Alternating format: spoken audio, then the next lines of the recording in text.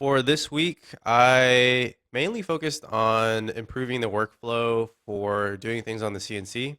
So the first major upgrade that I did was printing out this adapter for the CNC in order to hook up my shop vac to the CNC to get better dust collection whenever we're creating parts.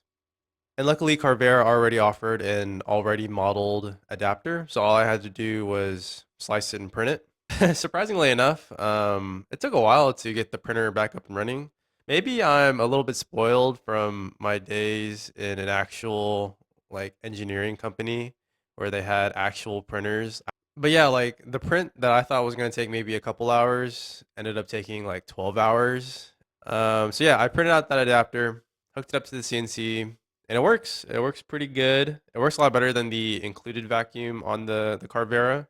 So I think whenever I carve out the next wooden plate for broth and basil, I'll be able to collect a lot more dust this time. Since I'm machining oversized stock, the hold downs for the stock kind of protrude outside of the work area, and it kind of hits the uh, the dust collection box that's included inside the Carvera. And basically, I couldn't use the built-in vacuum the first time that I made the board, and so it was kind of a pain, like having to go in and manually vacuum everything up. But now that I have this adapter printed out, all I have to do is just turn on the vacuum while it's printing, or turn on the shop vac, the external shop vac while it's printing, and I'll be good to go. So first major upgrade to the workflow. The second upgrade is definitely a more minor one, but one that I feel like was pretty essential.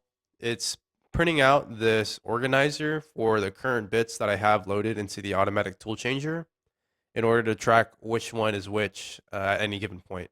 And yeah, it's just basically just making sure that you don't lose track of which bit you have in the machine at all times. Yeah, I mean, you could go into, your software, Fusion 360, and look it up, but I feel like this is just the painless and simple way to just be like, look over your shoulder, hey, that's the bit. Let me change that out, or let me, rearrange things a bit. A bit. So yeah, so that's the second upgrade. Unfortunately, it's the dimensions are a little bit off. The slot that I designed for it to fit over the bit holders is a little bit small. So I have to increase the diameter of that a little bit, and then the height for I guess like the foot of the holder is a little bit long, and it's not dragging on the bottom of the CNC, but it's definitely a little bit too close for my liking. So I'm gonna raise that up just a little bit. And also the hole that I cut out for these guys was a little bit too small, so I have to increase the dimensions of that so that it can actually fit this time.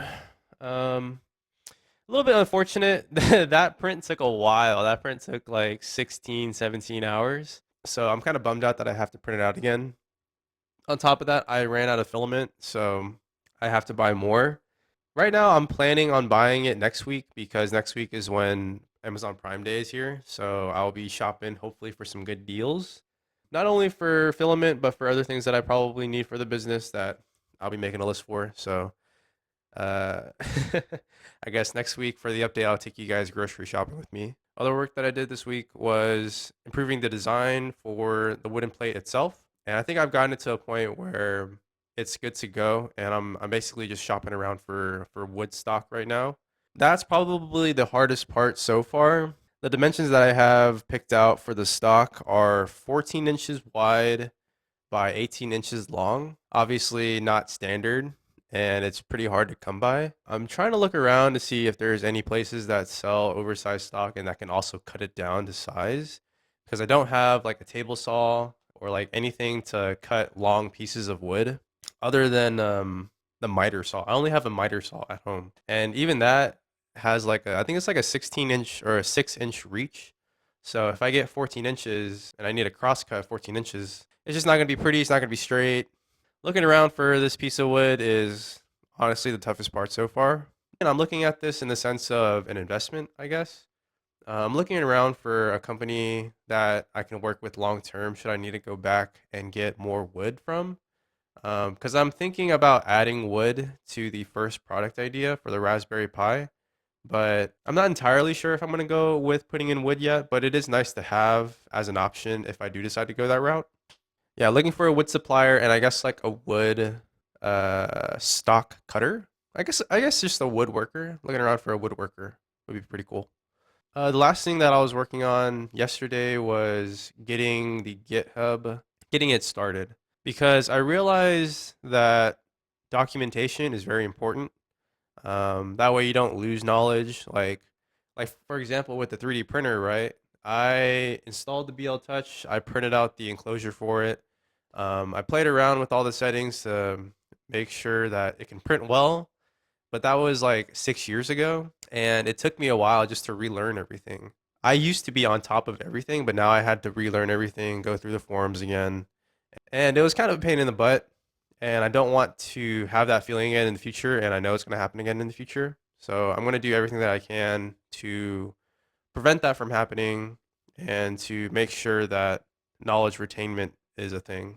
But yeah, I think that's honestly like the biggest part as to why everything has been so slow, at least for my standards. Like I thought I'd be finished with milling out the second iteration of the wooden plate by yesterday, but it's like the whole documentation process that is taking like a lot of time. It's like it hurts me so much because I know it can go so much faster, but if I don't document things, then I would lose that information just as fast. It's a painful, but it's a necessary thing to do, and I just have to get over that fact.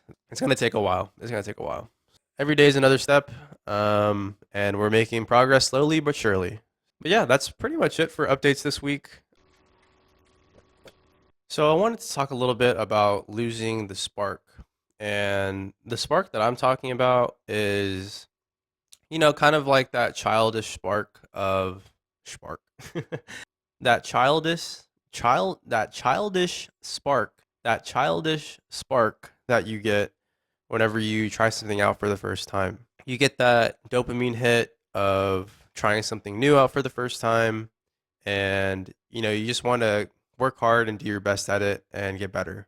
And this can apply for hobbies, like playing sports, playing video games. I don't know about you guys, but for me, I got that spark when I got my first job where I'm just like, okay, I'm going to do my very best, work very hard, and this is going to be great. Like I'm going to get rewarded for that.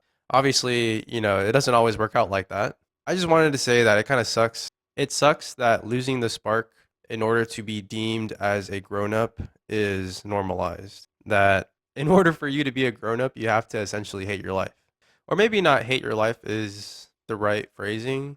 Maybe it's more along the lines of you have to be content with life. You're essentially punished for trying to be ambitious, which is so like, I feel like that's so backwards, Like, why is it that the person who wants to put in the work, who wants to be successful, is punished for wanting those things, It's like the people who are better at politics, who slack off more, are rewarded more for their ability to talk to people, their ability to schmooze the higher ups, Instead of the person who just puts their head down, grinds out the day, goes home, sleeps, and wakes up again to do it again the next day. Yeah, that's so backwards, man. It's one of the reasons why I'm starting this business, right? Um, Whenever it becomes successful, right? Not if, when it becomes successful, I want to be able to provide those opportunities for people who are like me, like I'm the kind of person that just puts their head down and works. And I'm just someone who likes their work to speak for themselves instead of just doing this. That being said, in my last job, I did a lot of this because I thought this is what you needed to do in order to move up, right? Which is true. Um, but I feel like I did it wrong. I'm terrible at politics. So I did that wrong, and it's just like I didn't get what I wanted out of that. So it was just like, what am I doing? Like I'm contradicting myself and who I am as a person in order to get something that I thought I wanted. Well, let me say that again. And so yeah, so in that job, I was essentially contradicting myself in order to get something that I thought I wanted. After not getting what I thought I wanted, which was a promotion, I realized that like, hey, like this isn't what I want, like I don't want to work here for the rest of my life. I don't want to work at anywhere for the rest of my life. I want to be free. I want to be free from the rat race. I want to be financially stable. I want to be able to travel the world and do whatever I want. And is working a 9 to 5 going to get me there? I mean, I took a second or two, but inevitably I reached the conclusion of no, like that's not going to get me to where I want to go. Like in order to live the life that I've always dreamed of, I have to take some risks. And it's scary. Like doing this whole thing, like I'm terrified right now, man. Like I might not seem it because I'm smiling, but dude, I'm so scared. I'm so scared if this doesn't freaking work out. I'm so scared that if by the time that I turn 30 that I haven't accomplished what I needed to accomplish, I have to go back to a 9 to 5, and it's just like gotta go back to sucking up to people, kissing, performing fillet, and hoping that I do a good enough job that they call me a good boy and give me a $2 raise. Yeah, I don't want to do that. Anyways, I don't even know where I'm going with this. Where am I going with this? Anyways, yeah, so that's why I wanted to start this business. I wanted to reward people who are like me, right? People who just want to work hard, get the job done, and then go home. And I don't know, maybe that's a very idealistic viewpoint.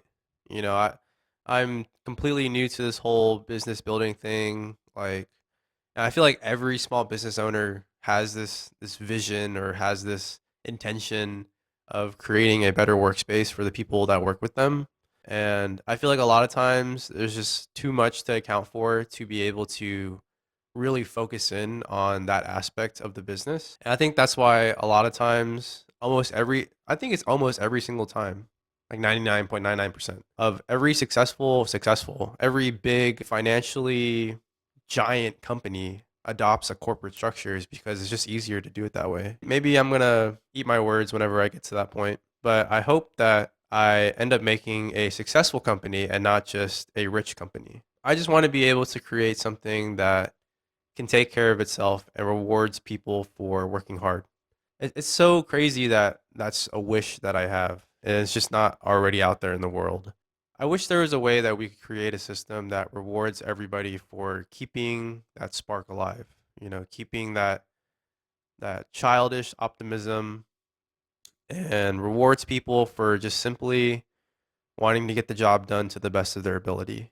I don't know. I don't know what that system looks like yet. If you guys got this far, maybe you guys have an idea of what you guys want. You can leave it down in the comments below. Um, but yeah, that's kind of it to the video. Yeah, I just hate that losing the spark is what you need in order to be successful in a traditional career sense. And yeah, whenever I get successful, I want to change that. Yeah. Okay. Well, that's it. See you guys.